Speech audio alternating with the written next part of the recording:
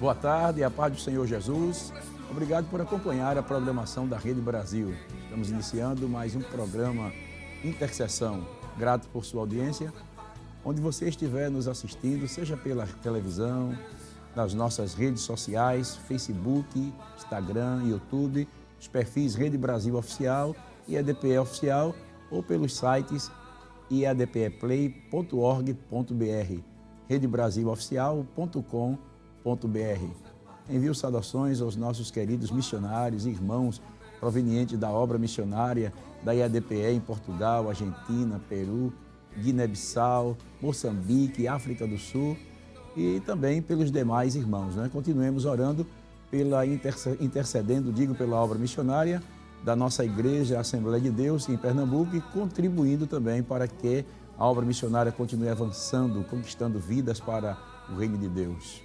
Agora quero convidar você para juntos lermos um texto na Palavra de Deus que se encontra no livro do profeta Isaías, o capítulo 61, os versículos 1, 2 e o versículo 4. Se você não dispõe de uma Bíblia, estará aparecendo aí na tela da sua televisão, do seu smartphone, e você pode acompanhar conosco esta leitura.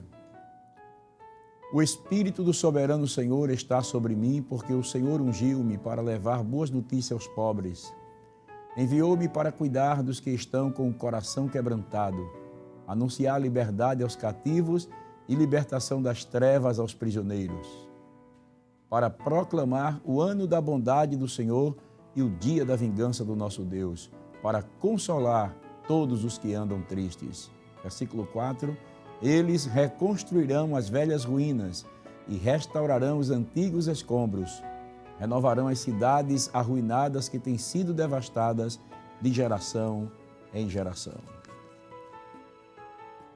Graças a Deus, né? Para o programa de hoje, já contamos com a presença dos nossos queridos pastores, pastor Valdemir Farias, pastor Nadjackson Saraiva, que estão dando a honra de estar aqui conosco. Pastor Nadjackson Saraiva coopera com o pastor presidente ali na Superintendência das Escolas Bíblica Dominical. Um prazer, pastor, tê-lo conosco. Paz do Senhor. Paz do Senhor, pastor. O prazer é todo nosso poder estar aqui dando essa passada de contribuição. Que bom, não é? Também conosco o pastor Valdemir Farias, né, que também coopera ali com o pastor, como co-pastor ali do Tempo Central. E para nós é um prazer tê-lo de volta ao programa Intercessão, né? Os irmãos já estavam assim com saudade, pastor Farias. O prazer é nosso, pastor. Agradeço ao convite, na escala do nosso pastor presidente e a toda a audiência. Nós estaremos aqui nesses momentos falando desse tema tão maravilhoso que é a intercessão, né? E tenho o prazer de estar também aqui ao lado do pastor Nadjackson, do senhor. Para nós é sempre uma alegria. Graças a Deus, que bom, né? Graças a Deus. Então nós já vamos dar início ao nosso programa, já dando início ao programa Intercessão. E quero dizer que você deve aproveitar e abençoar outras vidas, compartilhando o link desta programação nas redes sociais, seja no Instagram, Facebook, Telegram, enfim, envie o link para os seus amigos, familiares, irmãos da igreja, os colegas de trabalho, de faculdades, abençoe outras vidas com este programa Intercessão. Nós estamos com o tema de hoje, intercedendo pela nação de Israel. Nós vamos já estaremos conversando sobre este assunto, mas antes, porém, nós vamos pedir ao pastor Nadjackson para iniciar, antes de a gente iniciar a conversa, a gente estarmos orando ao Senhor nosso Deus. Pois não, pastor, vamos orar. Pai, em nome de Jesus, nós estamos em Tua presença, Senhor, te agradecendo esta oportunidade de podermos estar aqui. Abençoa os teus Pai, para juntos, Senhor, intercedermos pela nação de Israel. Queremos pedir uma bênção toda especial, Senhor, em favor da nação de Israel e por todos aqueles que estão, Senhor, sendo alcançados neste momento, através deste programa, Senhor. Que este programa seja um instrumento de bênção, Senhor, para abençoar a todos aqueles que estão nos acompanhando nesta tarde. Fica conosco, em nome de Jesus, nós pedimos hoje para todo sempre. Amém. Amém. Glória a Deus. Que maravilha, não é? Graças a Deus estamos aí com esse tema tão importante e atual, né? Atual. Claro, orar pela nação de Israel sempre foi e é a nossa meta da igreja, não somente pela nação de Israel, mas também por todas as demais nações.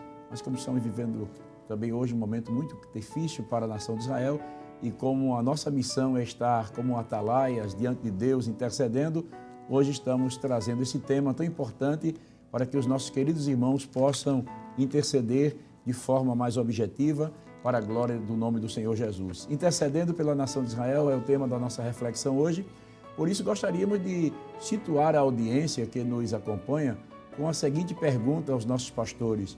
O povo de Deus, o qual a Bíblia fala, é o mesmo povo que foi estabelecido pela ONU desde 1948 no Oriente Médio?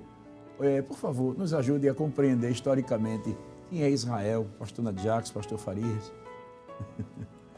É uma história bem longa, né? Vamos dizer assim, né? Mas o que é que a gente poderia dizer, né? A palavra de Deus, ela fala de uma etapa da nação de Israel chamada dispersão. Essa dispersão ocorreu diversas vezes, vários impérios, né, se apoderaram da nação de Israel e como a pergunta tem a ver com o estabelecimento do Estado de Israel em 1948, então nós estamos falando da última dispersão, né? O Salmo, a palavra de Deus nos diz que o Senhor edifica Jerusalém e congrega os seus dispersos. Então havia uma profecia bíblica, e sempre houve profecias bíblicas, apontando para a reunificação dessa nação que estava dispersa em todo o mundo. O profeta Jeremias, ele faz menção em seu livro, dizendo que Israel ainda seria conhecido como a nação, não a nação que foi dispersa e que peregrinou pelo Egito, mas seria conhecida pela nação que foi congregada de todos os povos da terra. Então isso só foi possível concretizar-se a partir de 1948. Antes de 1948 se dizia, esta é a nação que peregrinou e foi dispersa e foi tirada do Egito. Depois de 1948, Israel mudou esse slogan, passou a se chamar a nação que foi congregada de todos os povos da terra, cumprindo assim a profecia bíblica, né? Então, o Israel que nós temos hoje é o cumprimento de profecias bíblicas da unificação, da dispersão que sofreu ao longo de toda a sua trajetória, que nós conhecemos do texto bíblico, ao longo de toda a sua trajetória, o Israel de hoje é o cumprimento da unificação dessa dispersão conforme o texto da palavra de Deus. E é interessante, pastor, porque quando a gente olha para a história de Israel, pastor Farias, pastor Jefferson, a gente vê que sempre foi a intenção de Deus estabelecer Israel numa terra, né? Nós podemos ver, por exemplo, quando Deus chama Abraão, lá, né, no capítulo 12 do livro de Gênesis, Deus não só promete a Abraão uma descendência, mas também promete a Abraão os limites da terra, né? Gênesis capítulo 15 vai descrever quais seriam os limites desta terra e diz a Abraão, olha, vou dar uma terra a vocês, mas antes disso vocês vão passar um período de cativo, né? Que foi justamente o momento em que Israel passou 400 anos no Egito. Então Deus levanta um líder, Moisés, liberta o povo de Israel, e aí os irmãos, acredito, já têm ciência, né, do fato das 10 pragas e tira o povo do Egito. Então Deus dá um líder ao povo de Israel, Deus dá uma constituição, né? Tem aí a lei no Sinai. Deus dá um exército a Israel, coloca Josué e Caleb, né, como líderes do exército de Israel, e ainda promete a terra, né, que é Canaã, em que, de fato, Moisés ele não toma posse, mas esta missão fica em cargo de Josué. Então, esse momento histórico da vida de Israel simboliza muito bem aquilo que Deus sempre tensionou para a nação, né, de estabelecer Israel numa terra. Olha, Deus estabeleceu Israel numa terra, Deus deu uma constituição a Israel, a lei, Deus deu um exército a Israel e ainda deu um líder, Moisés, e ainda toda uma estrutura social. Então isso mostra que desde o período patriarcal, né, com Abraão, Deus já tinha a intenção de estabelecer o povo de Israel em uma terra e estabelecer Israel como uma nação. E aí, ao longo da história, né, como o pastor Farias bem pontuou, ao longo da história a gente vai vendo o desdobramento disso. Nós vemos um momento em que Israel vive o período patriarcal, depois do período patriarcal nós temos o período dos juízes, há uma dispersão do povo. Depois Deus reúne o povo no chamado período do Reino Unido, né? Nós temos Saul, Davi, Salomão. Depois do período do Reino Unido tem a dispersão, né? Você tem a divisão dos reinos. 10 reinos para um lado, formando o Reino do Norte, 2 reinos para o outro lado, formando o Reino do Sul. Mais à frente a gente vê o Reino do Norte, as 10 tribos caindo sob o governo da Síria. E mais à frente Deus prometendo o povo ser levado cativo por conta da desobediência. Aí entra o profeta Jeremias, né, profetizando, entra o profeta Isaías profetizando, o profeta Ezequiel, e aí o povo é levado cativo, cativeiro babilônico, levado cativo até depois levantar Ciro, né, Deus levantar Ciro para levar de volta o povo à nação, ou de volta à cidade para reconstruir os muros e o templo, né, pastor? Na profecia de Jeremias, né, 16:14, o profeta Jeremias, ele diz: portanto, eis que dias estão chegando, diz o Senhor, e não mais será dito, tão certo como vive o Senhor que fez subir os filhos de Israel do Egito, senão que dirão, tão certo como vive o Senhor que fez subir os filhos de Israel da terra do norte e de todas as terras em que os lançou. Então esse texto aqui se cumpre em 1948, porque o Israel que nós temos hoje é a unificação de várias nações, porque os judeus se espalharam no mundo, né? Outro texto profético é Isaías 66 e o versículo de número 8, que ele diz assim: quem já ouviu tal coisa? Quem viu coisa semelhante? Pode fazer um país nascer em um dia? Nasceria uma nação de uma só vez? Assim que Sião esteve de parto e deu à luz a seus filhos. Esse versículo também é um cumprimento do Israel moderno, né? O cumprimento do nascimento do Israel moderno, que foi estabelecido em 1948 pelas Nações Unidas, após todo um contexto geopolítico, né? Que não foi simples, mas todo um contexto geopolítico. Israel foi proclamado nação, recebeu um território, e isso aconteceu em um dia, com assinatura, inclusive um brasileiro fez parte, né, desse, Oswaldo Aranha, né? Foi um dos que assinou a instituição do Estado de Israel. Então, o Israel moderno é o cumprimento profético, né, dessas profecias do Antigo Testamento para o tempo moderno, né? Israel passa a ser um Israel relacionado com as profecias do Antigo Testamento e com o plano de Deus para com a igreja na dispensação da graça. Então, tem relação também, acredito mais na frente um pouquinho deve-se mencionar isso. Então, Israel moderno hoje é o resultado das profecias do Antigo Testamento.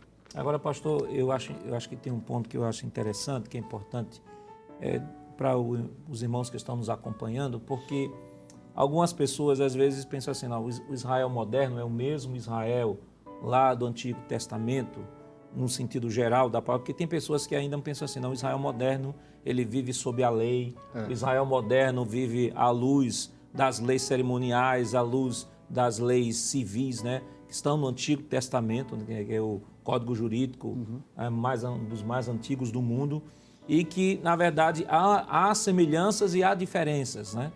As diferenças é que lá em Moisés, como nós estamos aqui, o governo lá era teocrático, né? Deus é que governava, e as leis que Deus deu ao povo por meio de Moisés, elas eram seguidas, pelo menos era o padrão a ser seguido pela nação. Hoje o Israel moderno é um Israel, há sim o remanescente, mas é um Israel secularizado. A única democracia, né, Isso. O sistema do governo lá é parlamentarista, né? Há diversos partidos políticos, como nós temos no Brasil, embora lá seja parlamentarista. Inclusive, partidos até árabes. Árabes, né? Também dentro do... Partidos árabes dentro do próprio parlamento israelense. Então, existem diferenças, né? Lá, governo teocrático, aqui, sistema parlamentarista, lá, a ideia da sacralidade é muito forte. Aqui nem tanto, porque há uma secularização. Por exemplo, Tel Aviv, a capital que é reconhecida mundialmente, né, como capital de Israel, é onde existe uma diversidade, um liberalismo muito grande. Um liberalismo cultural muito grande. Então alguém pode dizer assim, mas como é que eu posso orar por Israel se de repente ele se depara com notícias de movimentos liberais lá em Israel? Como é que eu posso orar por Israel? Então não é o mesmo Israel. Você precisa diferenciar. São sociedades diferentes. Lá a sociedade era século XV antes de Cristo. Estamos na sociedade século XXI depois de Cristo. A sociedade muda, mas o que se está tratando é os princípios. Povo, né? O povo é o mesmo, né? A questão política. E a promessa é a mesma, é isso. E existem grupos, né? Existem grupos mais, vamos dizer assim, mais conservadores, né? Que são os Hassidins, os judeus ortodoxos, né? Aquele que a gente vê tudo de preto, com aqueles chapéus. Eles têm uma prática e uma liturgia extremista, vamos dizer assim. E existem aqueles grupos, inclusive, alguns judeus que inclusive nem professam nenhuma fé em Deus, eles são ateus, vamos dizer. Então é uma variação muito grande, né, dentro do Estado de Israel hoje. Mas como o pastor Farias falou, citou a Isaías 66, né, versículo 66 8, e 8. Né, que uma nação surgiu em um só dia. Só que essa nação é o mesmo povo, né? É o povo que vem lá lá de Abraão. Filho de Abraão. É o povo que vem de Abraão, né? E são os descendentes de Abraão, né? Mas só a questão que o pastor Jacques está pontuando aí, no caso, é a questão política, que foi mudando gradativamente, porque a civilização foi mudando também, a tecnologia foi avançando.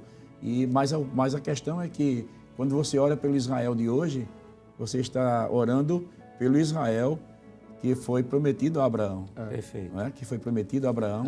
E a preocupação de Deus em estar sempre falando com este povo para que o povo permanecesse. São remanescentes, né? E vem surgindo ao longo dos anos. E é interessante que esse povo, pastor Nadir Jacques, ele conseguiu manter-se ao longo dos anos. Ele não foi disperso como outras nações, né? Mesmo se misturando em várias culturas, mas eles conseguiram manter as mesmas tradições em lugares diferentes. Tanto é que quando houve a convocação para que o povo viesse, é possível ainda se distinguir alguns de que tribos eles pertencem, né? Esse é um dos milagres, né, do Estado de Israel, né? Porque eles mantiveram, por exemplo, muito difícil uma nação, um povo disperso em uma outra cultura, com outro idioma, preservar o seu próprio idioma em seus filhos. Às vezes a primeira geração, ela mantém ainda, né, como o caso alemães, colônias alemães que vêm ao Brasil. Geralmente os filhos, os netos, os bisnetos conhecem um pouco do alemão, mas eles não, eles mantêm, começam a sofrer influência daquele país, daquela cultura, né? E os judeus, Deus preservou, né, de tal maneira que quando eles se juntaram em Israel, eles conseguiram resgatar o idioma, por exemplo, o idioma falado, o hebraico ressurgiu em Israel, né? As tradições orais, as tradições religiosas, porque mesmo que a gente sabe com precisão desse secularismo que existe em Israel, mas, por exemplo, eles têm um calendário festivo seguindo a tradição do calendário do Pentateuco. Então, em Israel se comemora a festa do tabernáculo, festa de Purim, se comemora com uma versão mais modernizada, mas se comemora. Então, eles conservaram uma identidade como povo. Isso aí é o grande milagre da nação de Israel, é manter essa identidade como povo de Israel. Certo? Esse é um dos grandes milagres. E é a anamnese hebraica, né? A capacidade de poder resgatar a sua história. Isso a gente vê até no Antigo Testamento, que Deus pedagogicamente sempre fazia isso, né? Quando sempre marcava, né? Por exemplo, a Páscoa, Deus disse, olha, celebre a Páscoa, porque quando as gerações futuras perguntarem, o que é que você está celebrando a Páscoa? Aí você diz, olha, estamos celebrando porque estamos celebrando o momento que o povo saiu lá do Egito, vivíamos cativos e saímos do Egito. Quando Josué passa o Jordão, bota as pedras, cada um bota uma pedra de uma tribo, para que quando o povo olhe para essas pedras, possa dizer, por que isso aqui foi montado? Isso aqui conta a história de um povo. Então, essa capacidade de estar sempre resgatando a história é até um método pedagógico divino que foi aplicado no Antigo Testamento. E ressaltando, por duas vezes Israel teve essa experiência. A primeira foi o cativeiro babilônico, né, esse encheiro do aramaico. Ninguém sabia hebraico, coube a Esdras e aos sacerdotes trazer o uso do hebraico e acabou retomando como língua tanto que no Novo Testamento a gente tem o hebraico como uma língua forte, mas depois da dispersão do ano 70, voltou o mesmo problema e em 1948 o mesmo povo disperso, o povo retorna, e qual é a língua oficial do Estado de Israel? O hebraico. O hebraico. É o milagre de Deus.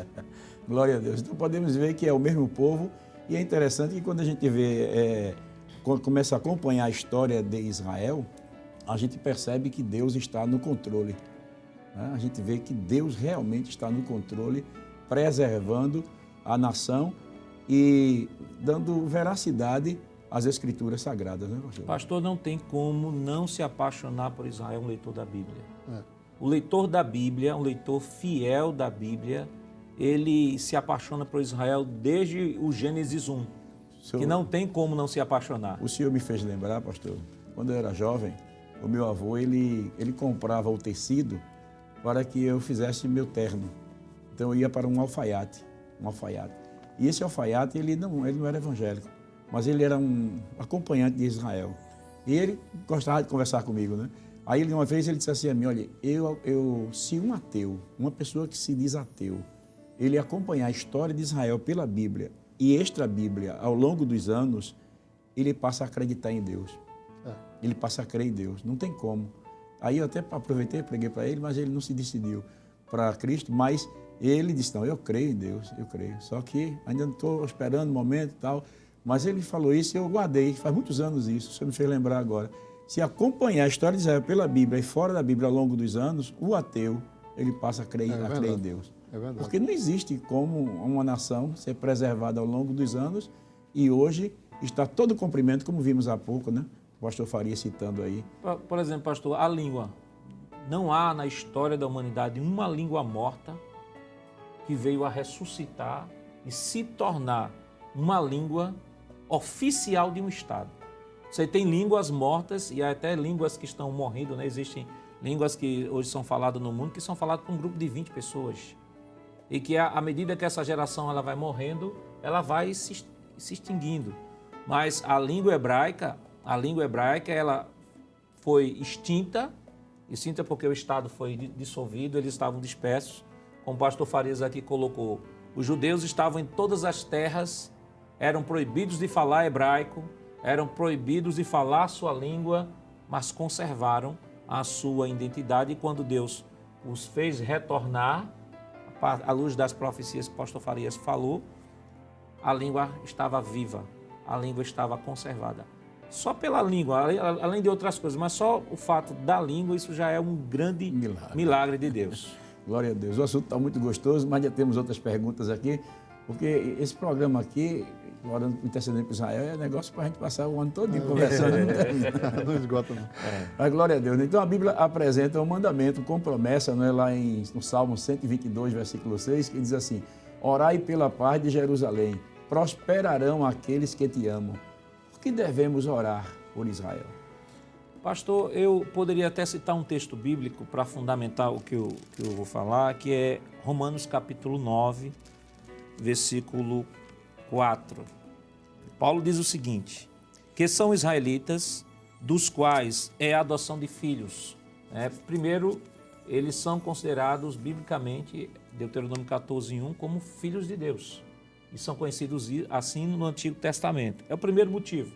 Eles são filhos de Deus. Segundo, e a glória. Eles receberam a glória, a Shekinah de Deus, né? No Antigo Testamento. Eles foram os receptores desta revelação de Deus.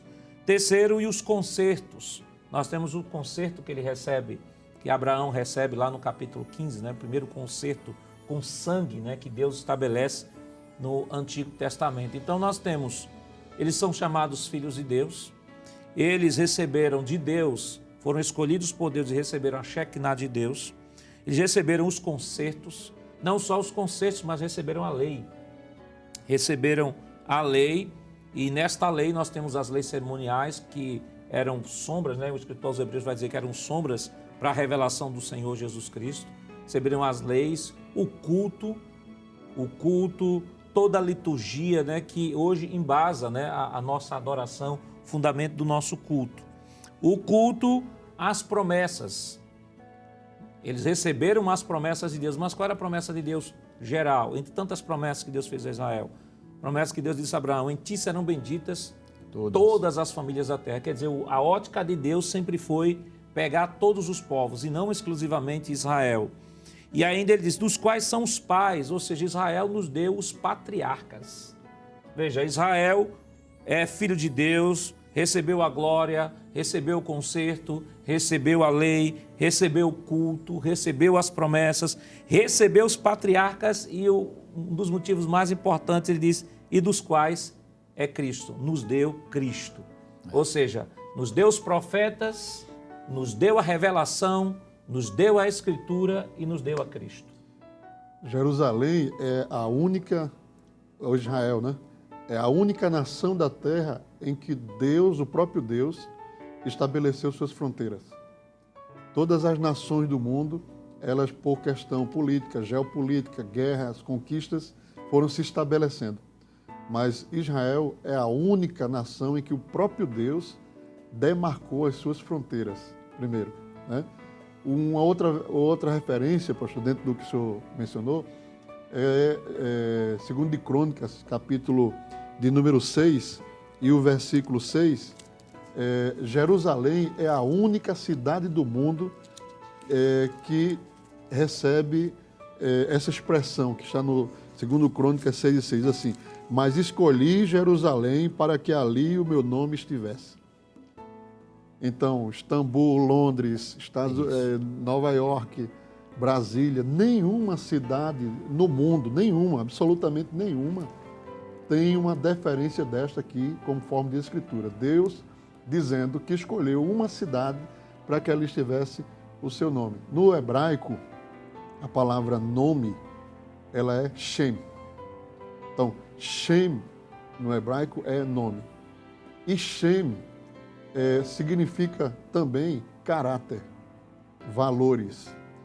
Quando na Bíblia Deus está dizendo assim, não tome o meu santo nome Shem, não tome o meu santo nome em vão, Lotzá et Shem, não tome o meu santo nome em vão, Deus está dizendo assim, não apliquem ao meu caráter atributos que não me pertencem. É isso que ele está dizendo, não é vocalizar o nome.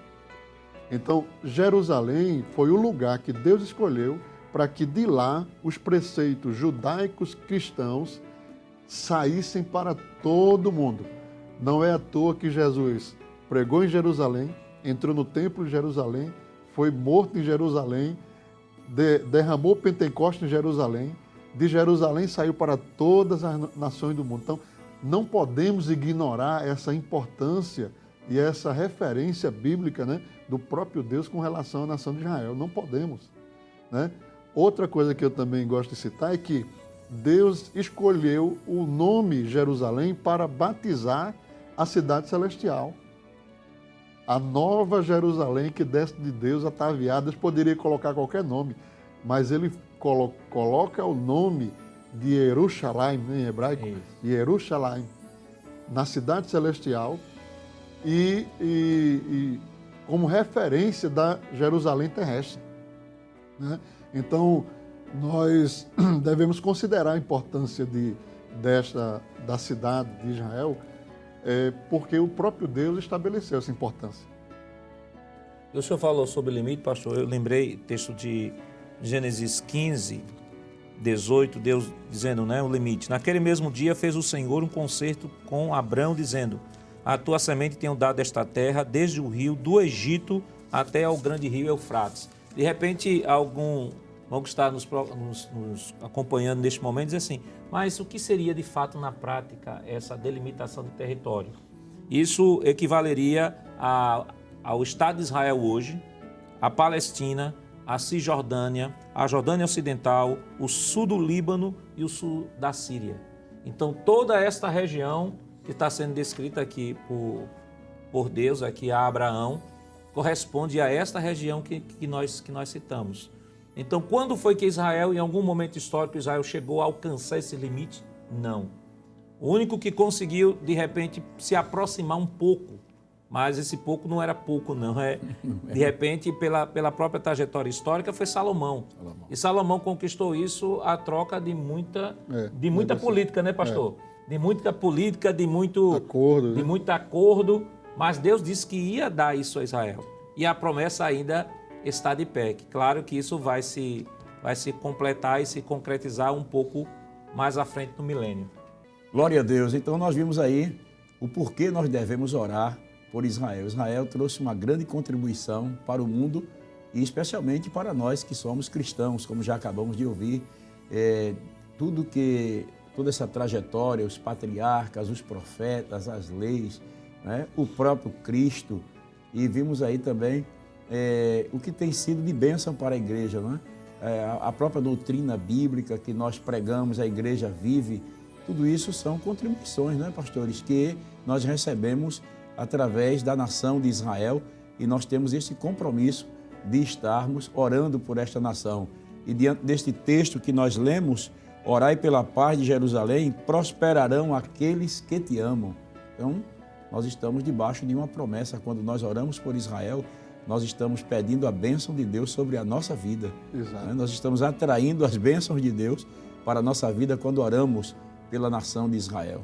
Porque nós hoje estamos debaixo da dispensação da graça de Deus. Então a igreja, ela né, o Israel espiritual de Deus, né?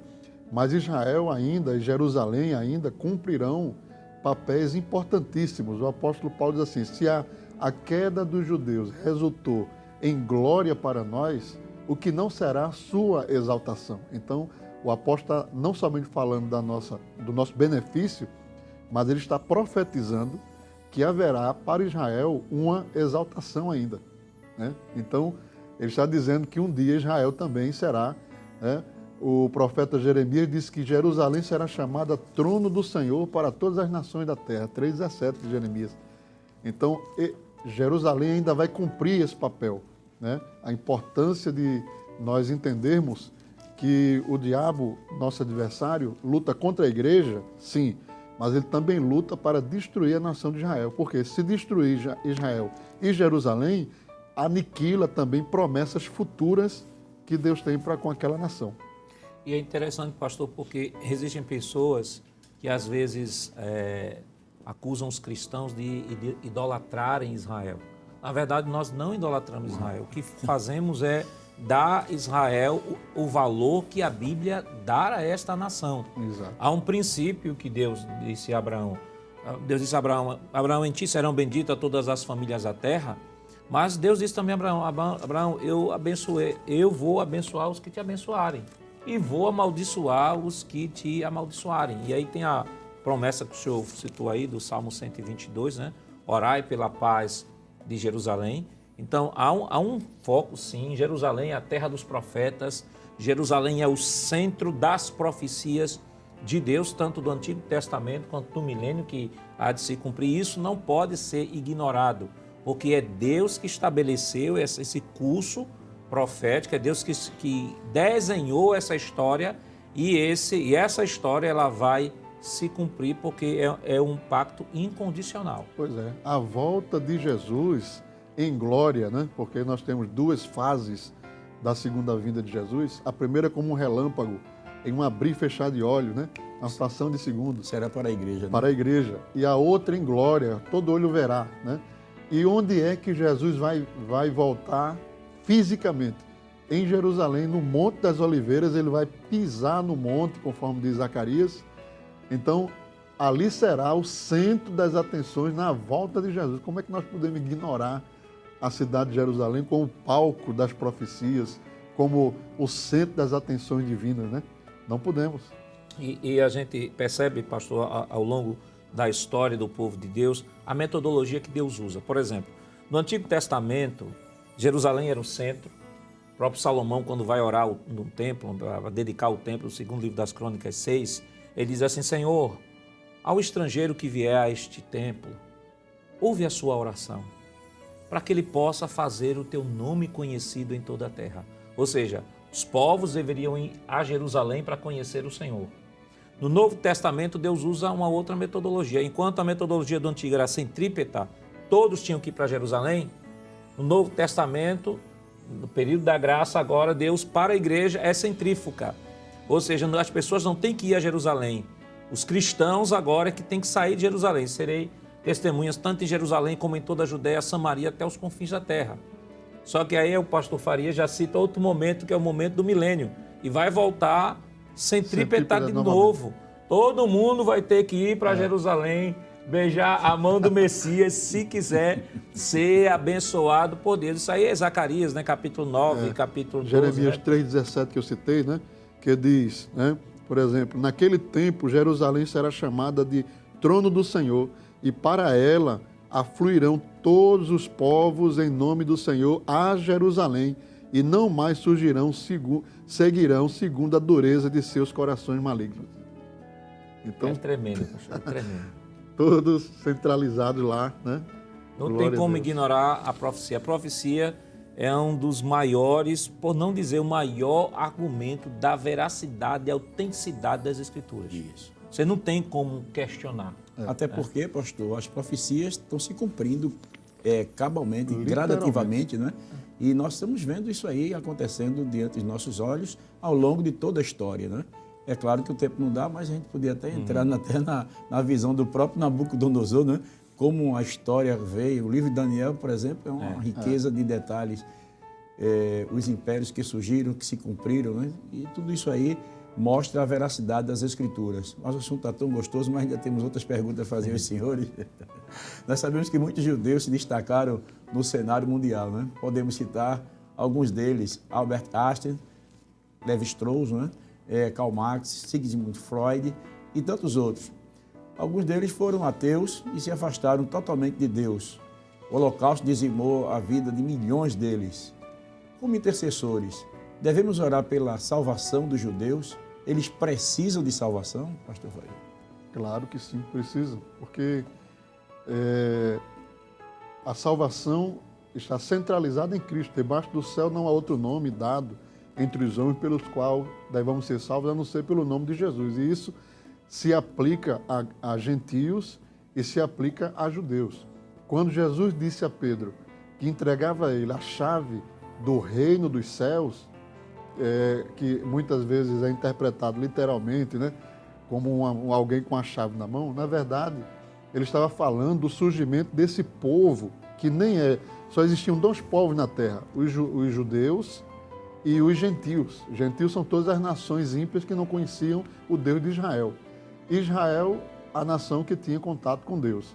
Então, quando Jesus disse assim, eu te dou a chave do reino dos céus, é que Pedro seria o instrumento de Deus para, por exemplo, na pregação do Pentecostes, Pedro prega para judeus. Quando ele diz assim, varões e irmãos, que faremos, né, para alcançarmos essa... Então, Pedro está pregando ali para judeus. Ele abriu a chave para o primeiro povo, né, a porta, que eram judeus, agora crentes, convertidos ao nome de Jesus. E, em segundo momento, foi quando Pedro foi pregar a Cornélio, enviado pelo Espírito Santo, que foi o primeiro gentio na dispensação da graça a receber o Evangelho, através de quem? De Pedro. Por isso que Jesus disse que Pedro tinha a chave do reino dos céus, que ele abriu a porta para judeus e abriu a porta para gentios. Então, formando agora o único povo, que é o povo, a igreja do Senhor, o povo místico. Então, o Israel nação está debaixo da promessa. Mas o Israel homem, o Israel pessoa, o Israel indivíduo precisa entregar-se a Jesus para ser salvo. Quer dizer que pelo simples fato de a pessoa ser judeu, não quer dizer que ele já está salvo, não, porque ele está debaixo de uma promessa. De forma alguma. De forma alguma, pastor, até porque isso foi um equívoco no primeiro século. Não só do primeiro século, mas o primeiro século refletiu de maneira mais forte por conta do ministério do Senhor Jesus, né? Que a ideia de que o indivíduo era salvo só por ser judeu, isso estava incrustado né, nos grupos religiosos do Novo Testamento. Isso estava tão incrustado que, por exemplo, Jesus era judeu, os 12 apóstolos eram judeus, a escritura que eles usavam era o Antigo Testamento, porque o Novo Testamento ainda haveria de ser formado, a perspectiva messiânica era judaica, de sorte que quando o Senhor Jesus, embora tendo pregado a gentios no exercício do seu ministério, mas os apóstolos tiveram, de certa forma, uma certa resistência em pregar aos gentios, porque ao observar o cenário e todo o contexto, Jesus judeu, se submeteu às leis judaicas, usou as escrituras judaicas, os apóstolos eram judeus, inclusive como o pastor cita aí que Pedro vai na casa de Cornélio, Pedro tem que voltar para dar satisfação o que é que Pedro estava fazendo na casa de um judeu, porque na mentalidade da época dizia assim, como o gentio pode se encaixar dentro do projeto de Deus?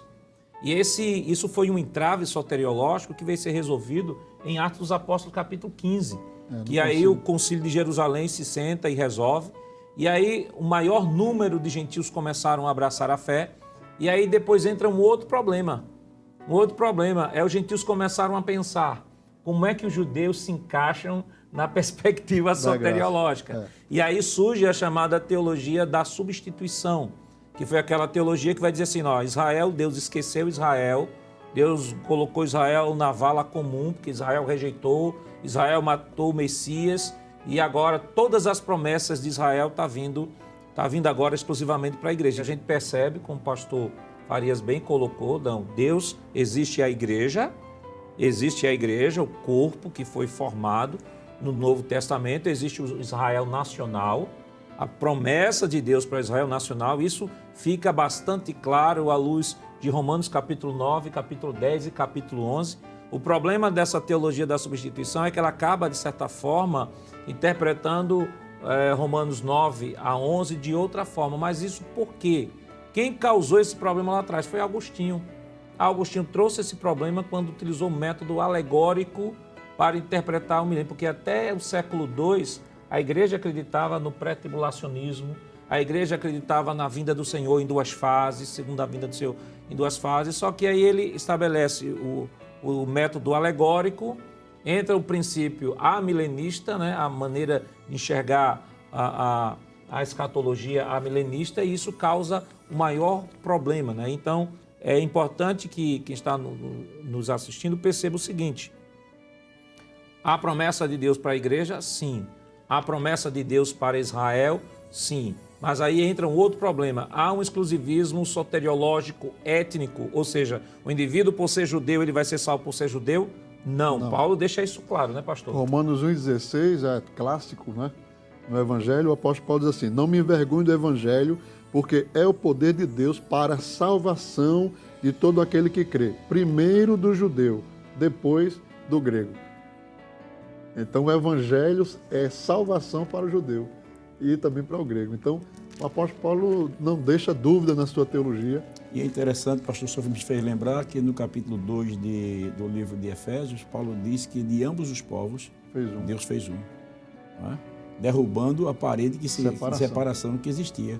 Pelo sangue da sua cruz, né, derramado na cruz, ele reconciliou ambos os povos num só homem, formando um só homem, que é a igreja. Nem o judeu, por si só, por ser judeu, ele é salvo, nem tampouco a igreja precisa adotar determinadas, porque há uma atração, né? Isso. O amor transformado em atração, aí a pessoa quer usar um kippah, a pessoa quer usar um terrelim, quer cumprir determinados ornamentos do judaísmo, que isso parece que fortalece mais o seu... Né? O apóstolo Paulo diz em Romanos que é judeu o que o é de coração. Então, o coração circuncidado é mais eficiente do que a circuncisão da carne. Isso. Então, a igreja de Deus, ela é salva por Cristo e o judeu também é salvo por Cristo. Então, não é mais as festas, não são mais as luas novas, não é mais a tradição. Por que eles conservam Israel? Porque eles não conheceram o Evangelho. Eles mantêm a tradição dos seus povos. Mas isso não tem força para a salvação, né? O apóstolo disse que isso eram sombras, eram só ilustrações do verdadeiro. Quando o verdadeiro chega, a sombra desaparece. Então, Jesus, tudo está centralizado em Cristo. Então, Jesus, Cristo é o Senhor para a glória de Deus Pai. Inclusive, o próprio apóstolo Paulo, em Romanos 11, 1, ele diz o seguinte: digo, pois, porventura, rejeitou Deus o seu povo? De modo nenhum. Porque eu também sou israelita, da descendência de Abraão, da tribo de Benjamim. Versículo 5. Assim, pois, também agora neste tempo ficou um resto, segundo a eleição da graça. Ou seja, resto aqui na tradução corrigida, mas versão Almeida atualizada traz remanescente. Ou seja, todo Israel será salvo. Há um versículo aqui no capítulo 11 que diz assim que no final das coisas todos os israelitas serão salvos. Versículo 26. Assim todo Israel será salvo, como está escrito.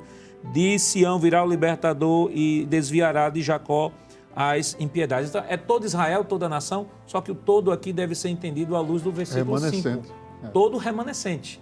É o remanescente que em toda a história da humanidade sempre houve. E, inclusive, Paulo usa o caso de Elias, né, que achava que era o único, que não tinha mais profeta. Aí ele cita aqui, ele disse, olha, Deus chegou para Elias e disse assim, olha, eu tenho uns 7.000 prontos, que não se dobraram. Ou seja, na sua perspectiva humana, você pode não ver ninguém, mas na minha divina, eu vejo que há um remanescente que você não é capaz de enxergar, mas há um remanescente.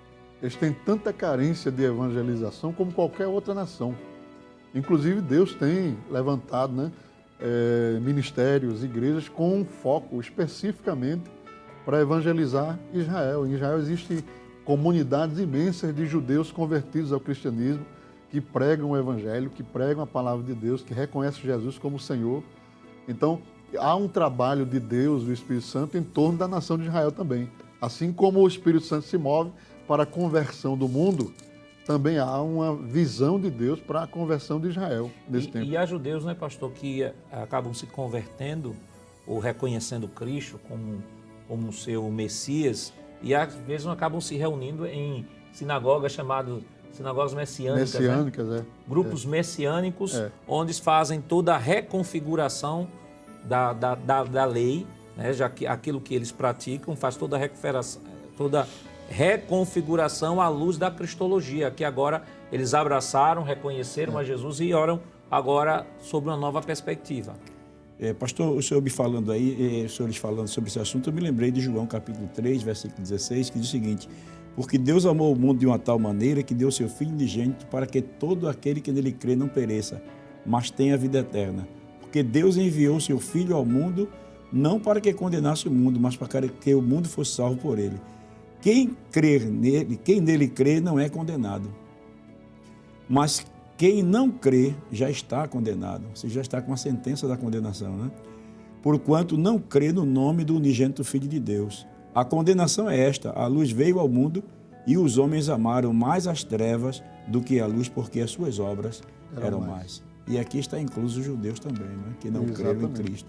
Porque o único pecado que pode levar o homem à condenação é rejeitar o Cristo, é rejeitar o Messias, né?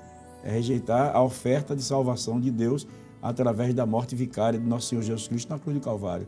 Daí a necessidade de orarmos para que o Senhor tenha um encontro com cada judeu, para que eles possam também ter um encontro e se tornar igreja do Senhor, para estar pronto para o encontro com o Senhor Jesus. E o que eu acho interessante, pastor, é que quando Paulo, ele em Corinto vai fazer aquela arrecadação dos irmãos para os irmãos que estavam passando necessidade na Judéia, um dos argumentos que Paulo usa é que, olha, nós somos devedores a eles.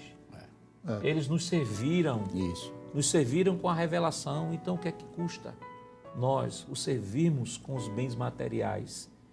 Então Paulo deixa claro na teologia paulina sobre o papel de Israel, tanto no Antigo quanto no Novo Testamento, isso é bem claro. Nós, gentios, somos devedores a eles.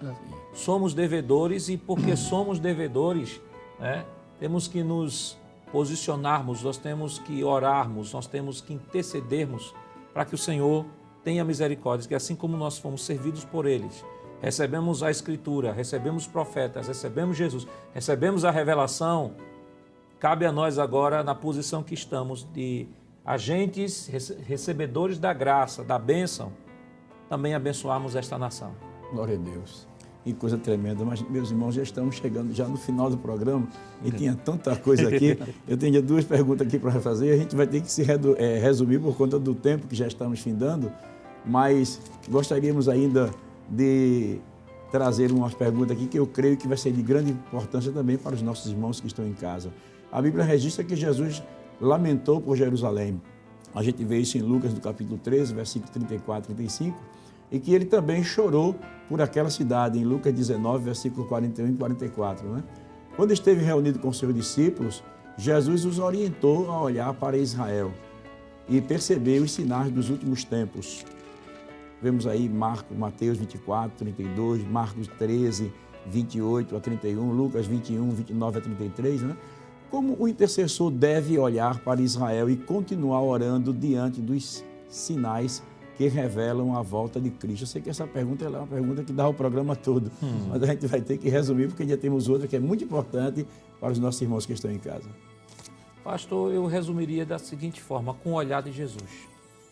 Como é que Jesus olhou para Jerusalém? Chorou, lamentou e viu a nação como ovelhas que não tem pastor. Acho que é com compaixão, né?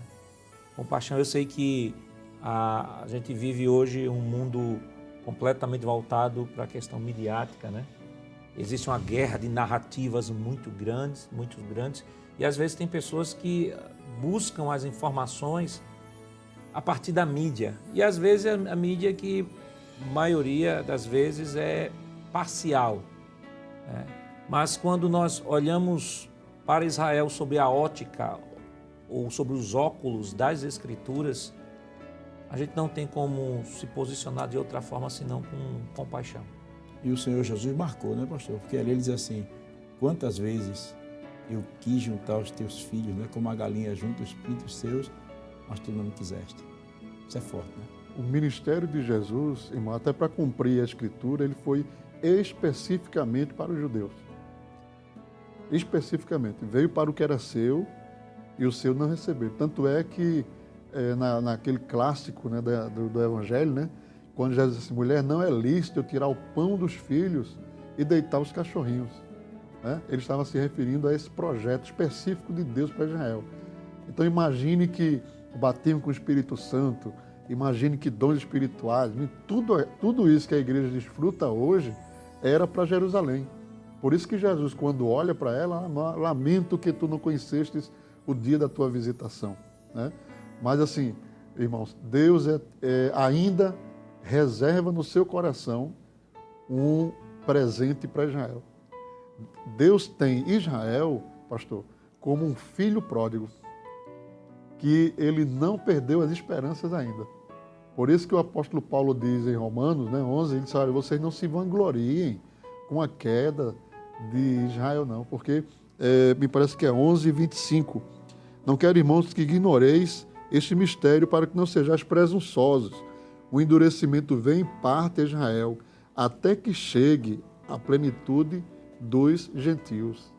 Essa expressão aqui, até que chegue, é como que Deus assim, ainda tem algo mais reservado para Israel. Então, é como o pastor disse, olhar com a visão de Deus. Deus olha para Israel e vê. Eu digo que o que está lá no Provérbios 8, eu não estou bem lembrado do versículo, mas em Provérbios 8 diz assim, já me vejo em um mundo habitável, gozando das delícias com os filhos dos homens. É como que Deus olha para o futuro e não vê o que a gente vê agora. Deus está vendo o Israel restaurado. Por isso que o versículo seguinte aqui, né, diz, e todo Israel será salvo. Né? Então Deus está vendo, o coração de Deus palpita quando ele olha para Israel. Né? Então eu acho que nós olharmos com a visão de Deus para a nação de Israel. É um povo que Deus tem um projeto, tem um plano e vai ser cumprido na vida deles. Glória a Deus, né? E o final dos tempos, Israel está como um marco de Deus, mostrando que a qualquer momento Jesus pode vir buscar a igreja, né? E nós devemos orar com esse olhar que o pastor Nadir Jacques falou, né? De compaixão pela nação de Israel, porque é um povo que recebeu todo um tratamento de Deus e de repente perder ainda a bênção do arrebatamento da igreja, né? Que é uma bênção muito grande. Infelizmente a gente sabe que a história aí continua e você que está acompanhando aí o professor Givanildo Hermano em instantes finais, sabe do que estamos falando. E se você ainda não sintonizou, aproveite, né? Porque o professor Givanildo Hermano está aí, no programa Instantes Finais, tratando exatamente sobre este momento escatológico, este momento dos últimos dias na história, incluindo a história do povo de Deus, que é o povo de Israel, né? Também. Glória a Deus. Estamos chegando ao final do programa, mas ainda temos uma pergunta aqui, que é muito importante. O apóstolo Paulo, já nos seus dias, ele pedia de maneira profunda e consternada pela nação, com tristeza e contínua dor, conforme Romanos capítulo 9, versículo 1 a 2, e ele diz que orando por Israel, no capítulo 10, versículo 1. Ao longo dos anos estamos acompanhando a instabilidade política e civil decorrente de ataques provocados contra a nação de Israel. Observando o exemplo do apóstolo, de que forma o intercessor deve orar diante desses fatos atuais? Pastores. Israel, pastor, é o termômetro para a igreja, né? Lá em Lucas, né? O Senhor Jesus disse: olhai para a figueira e para as demais árvores, né? Mas ele disse: olhai para a figueira, quando ela estiver florida. Então, primeiro, Israel floresceu. São duas colocações Jesus faz do florescimento da figueira e da robustez dos seus galhos. Então, Israel floresceu quando foi instituído como nação, em 1948. De lá para cá, ele vem tornando-se robusto em seus galhos. Quais são os galhos de uma nação? Os troncos principais de uma nação? Primeiro, político. Então, Israel hoje é uma potência política. É uma parlamentarista, uma república parlamentarista. Primeiro galho. Segundo galho, militarmente.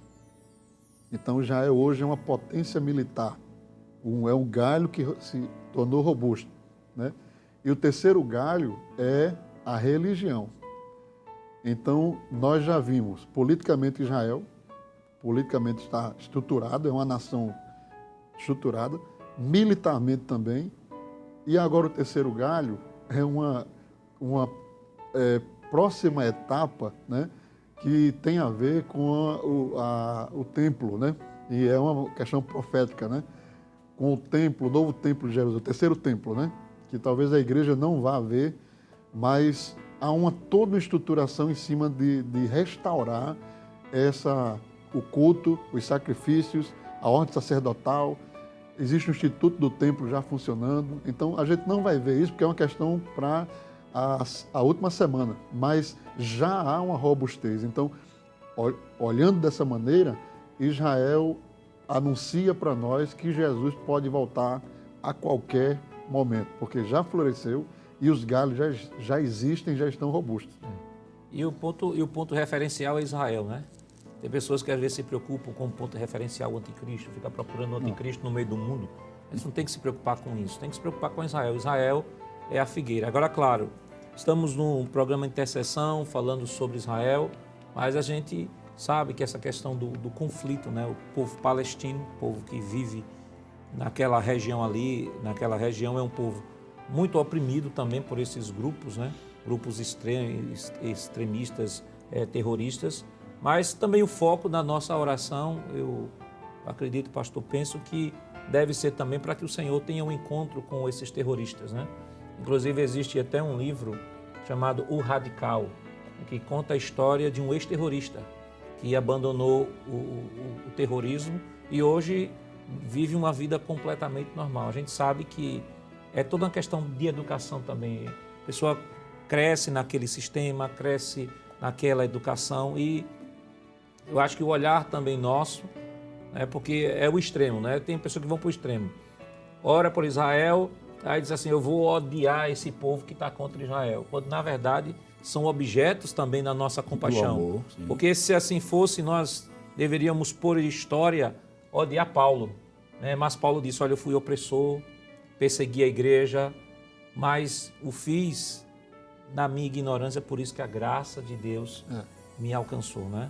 É compaixão pela nação, pelo papel profético, pelo papel histórico, pelo papel que Deus definiu para Israel, mas também a igreja ora por todos os povos, que Deus é Deus de todos os povos. Orar também por todos estes, né, que estão sendo oprimidos por Satanás, estão sendo envolvidos, né, pela cegueira espiritual, e a nossa oração é que Deus abra os olhos, né, desses que vivem em pé de guerra ou em oposição a Israel, porque não conhecem a Jesus como Salvador. E a Bíblia diz que Deus não leva em conta o tempo da ignorância, mas anuncia a todos em todo lugar que se arrependam.